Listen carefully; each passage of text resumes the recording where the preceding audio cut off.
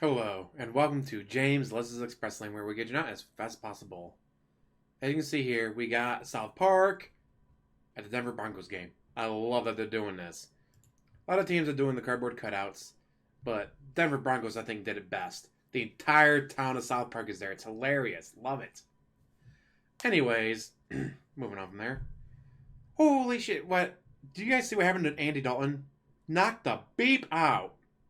Horrible play by the defensive player. Holy shit. Got ejected immediately. Probably fined a ton. Don't know about being suspended yet. It's like, oh no, Andy Dalton's out. Well, the backups are going to go out there and do absolutely nothing. Like, huh. Dak Prescott couldn't win. Andy Dalton couldn't win. The backup couldn't win. There might be some issues here. Turns out, left tackle and right tackle, both out with injury from last I read. Like, oh, so the best O-line in the league is not the best O-line in the league because the O-line is hurt. Alright, yeah, I can see that. I was like, well, Cam Newton got benched. His backup went out there and did absolutely nothing. So go ahead, blame Andy Dalton, blame Cam Newton. But then realize the backup quarterbacks behind him also couldn't do shit. Almost like something else might be the issue. J.J. Watt trade talks are everywhere. Not because the team doesn't want him, but because everyone wants one of the greats to go to somewhere that can actually beat a high school chess club. Unlike the Texans. My top spots, Seahawks show they need a guy who can put pressure on the quarterback after Murray just tore them the fuck up. Then again, Seahawks tore the Cardinals up, so maybe it could go to the Cardinals. But if I'm J.J. Watt, between those two, it'd be the Seahawks. Another good spot for him, maybe the Bills. But if it's my choice, if I'm J.J. Watt, I say, I want to be traded. They go, okay, where do you want to go? We'll trade you for a 5th round draft pick. Just so we can actually get something for you. I'm going to the Steelers. Go play with his brothers. Shore up that D-line.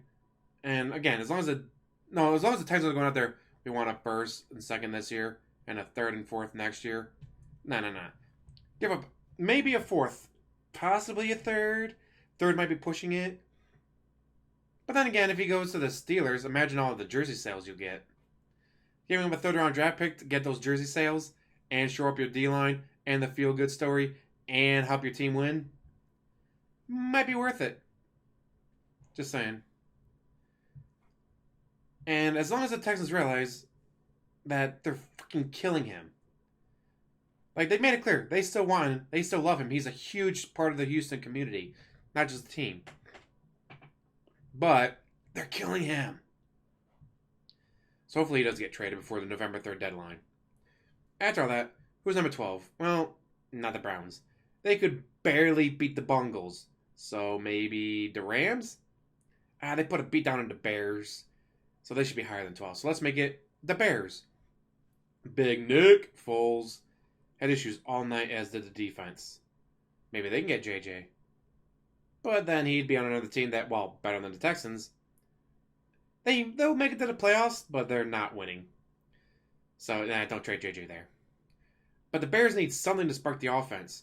Name one offensive player besides Nick. I can't. I don't know a single running back wide receiver on the team. Not one. I know DeBoa Samuel. It's Debo, but friend's dad called him DeBoa, so now we just call him DeBoa. Like, I know DeBoa. I know George Kittle. Oh, I know DeAndre Hopkins and Larry Fitzgerald and Isabella and Kirk. Oh, I know DK Metcalf. Oh, I know Mohamed Sanu. I know Marvin Jones. I know Golden Tate. Like, just about any team, I can name you a player. On the offense, at least. For the Bears, besides Big Nick, not a clue. They got Big Nick. They got Khalil Mack. After that, I have no idea. So maybe before the November 3rd trade deadline, the Bears can trade for someone that actually helps out the offense there and can be memorable. Just saying. 11, the Rams. Big Nick Foles looked like the answer, and then the Rams put him down. 1 week fluke? Maybe. The NFC West looks like it's trying to send all 4 teams to the newly expanded playoffs. 49ers are still plagued with injuries, but they're winning still. Imagine finishing 10-6 in your division and being the 7th seed because the rest of your division went 11-5 or better. Yikes. That's a hell of a division. Number 10, the Saints are back in the top 10. The defense did good. The offense, well, 12. The offense went 12 of 14 on third downs, and looked like the preseason is over. Short of injury bug like the one that hit the 49ers, with a win already. They already beat the Buccaneers. They beat the Buccaneers early in the year. It could come down to the final game to see who wins NFC South. Just saying. Could make that very exciting to watch. Number 9, the Bills. They won with no excitement at all. 6 field goals. Not a single touchdown. WTF. This is don't get me wrong. There's teams that won games with nothing but field goals before, but not for a while. I think the last one was what, Seahawks? There's a season there where the Seahawks lost every game they scored a touchdown in, but won every game they didn't score a touchdown in. It was some weird. It was like week 6, and like their only 2 wins came from games where they didn't score a single touchdown, where they went nothing but field goals. It was a weird season that year. But how do you have Stephon Diggs and get 0 touchdowns? Almost knocked back farther, but it's like, maybe the Saints could switch, but God, the Saints got a lot of issues to deal with still. Their defense was good, but not great. Maybe J.J. Watt? Doesn't have to move that far then. Number 8, team on bye week, needing the time to rest and recover, the Colts. Why so high? That defense. Defense wins games. Defense wins championships. If, say, the Cardinals played better defense, it wouldn't have been so close against the Seahawks, and vice versa. A week off for the Colts defense? Yeah. Hate to be the QB of their opponent, just saying. Number 7, Ravens on bye week as well and fall a little bit, but still pretty high. Especially with the competition they face. They could go 14-2. They might land in the 5th seed for the playoffs because the Steelers are going to be 15-1, if not 16-0. But there's a big game this week against the Steelers. Bam, they win that, jump right back up to the top 3. Calling it. If they lose, ouch. Number 6, Titans fall to the undefeated Steelers. If they had lost to, say, the Jets or the Bungles, oh, they'd fall harder. But it was the Steelers, so no shame in that. How are you going to play if you see each other in the playoffs? Maybe a trade for J.J. Watt. Titans could be a good fit. And could actually win a playoff game. Has J.J. Watt ever won a playoff game? Have the Texans ever won a playoff game? Holy shit, when's the last time they won a game? Let's look that up real quick, guys. Last time Houston Texans won a playoff game. Come on.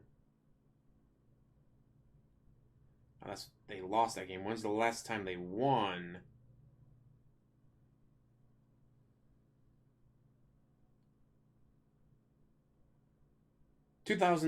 Wait, no, not 2012.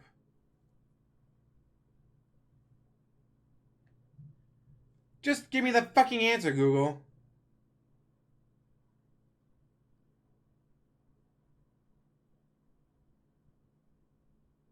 Holy shit, they're not giving me the answer. They're 4-6 all time in the playoffs.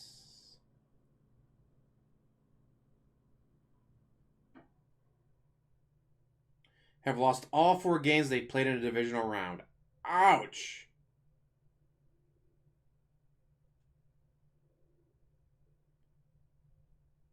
Well, then will tell me the last time they actually won one. Just that, oh, they've won. Well, when's the last time? Alright, I'm done. Screw you guys. Sheesh.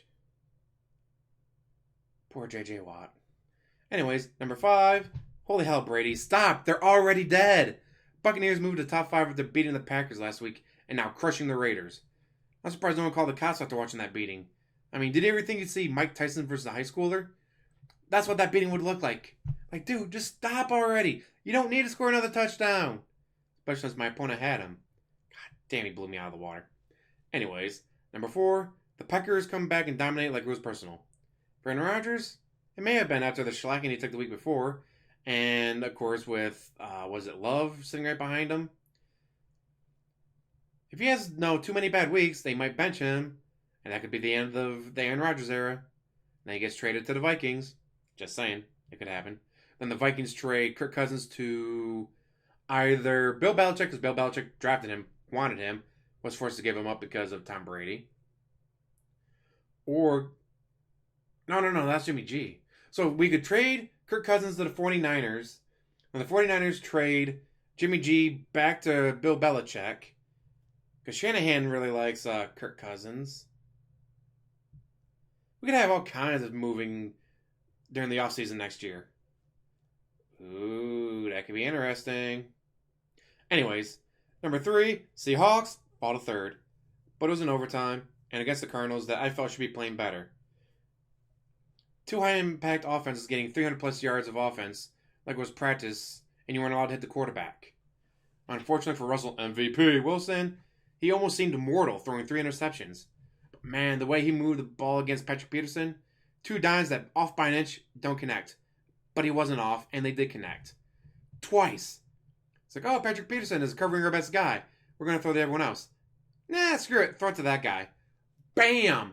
Off again, like, oh no, his fingernail is about to graze the ball. If the ball's off by an inch, he would have blocked it. But it wasn't off, and so the guy catches it. God damn, those are beautiful to watch live. Amazing game to watch. Maybe the best of the year. And by the way, DK Metcalf versus a horse when? Other NFL wide receivers have done this in the past. They usually give him like a 40, it's either 44 or 40 yard lead, and then they have them race each other. It's pretty funny. I think, the guy from the Bungles was the last one to do it. Not AJ Green, the guy before him. Dang, I can't remember his name. Ocho Cinco. I think Ocho Cinco was the last one to race a horse. Goddamn, DK Metcalf. Most people are like, dude, I'm like 30 yards away. There's no way I'm going to catch him. He's off. DK Metcalf? I got this. Saved him the 7 points. Saved him 3 because they went on 4th and 1. Something the Vikings did a week or 2 before and should have been like, hey, don't go for it on 4th and 1. It doesn't go well. Just saying. Number 2, oh my god, they killed Locke, you bastards. I mean, Chiefs destroy the Broncos while the town of South Park watches, as you can see right here. I love it. Easily amused. As defending Super Bowl champs, this is how it should be. It was absolutely brutal, and that was at Denver Stadium.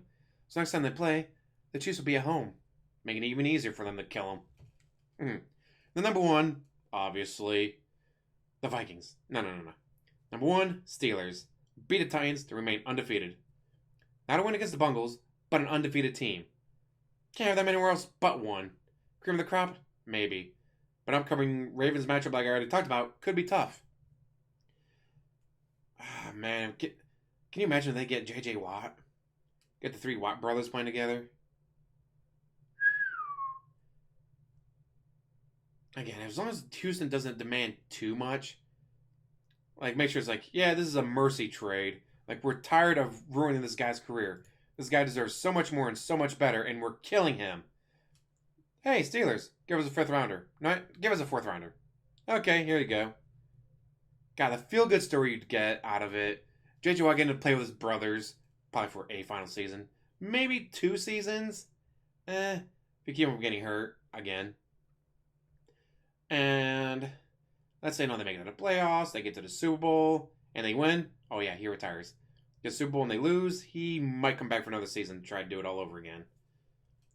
And let's say he does stay another season. Like, oh, yeah, we lost the Super Bowl. Well, that's a huge draw for other players. Like, hi, I'm a free agent.